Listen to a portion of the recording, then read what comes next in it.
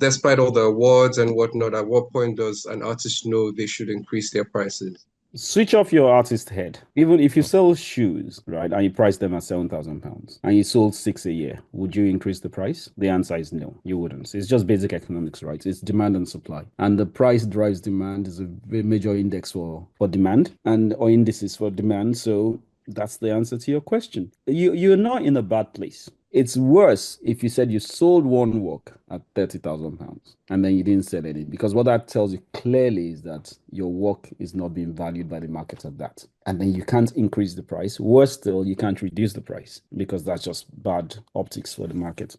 So I always say it's better to be where you are than to be where a lot of the artists found themselves post George Floyd, where random young black artists sold works for £60,000, right? And they're never going to get those prices again. Now they're stuck in a limbo because the market is, there's an auction price somewhere that says this artist sold for $60,000, right? So you can't just suddenly go back to the market and say, oh, well, you know what, just give me seven for it. You're not selling bananas here. So you're selling art. So you have to be conscious about the optics as well. So there's stock where they have this work and nobody's buying for those prices and there's nothing they can do. That's much worse than the situation where you're in, where even if you have to creep your price up slowly, you've got, I don't know how old you are, but you've got a good 30, 40, 50 years of practice in front of you, if you look at it that way, right? If you multiply 5 or 7,000 times 6,000 times 50 years, it's actually a lot of money in the most basic terms, right? Just so you know that you're asking people to put so much money in your pocket. I wouldn't worry about where you are.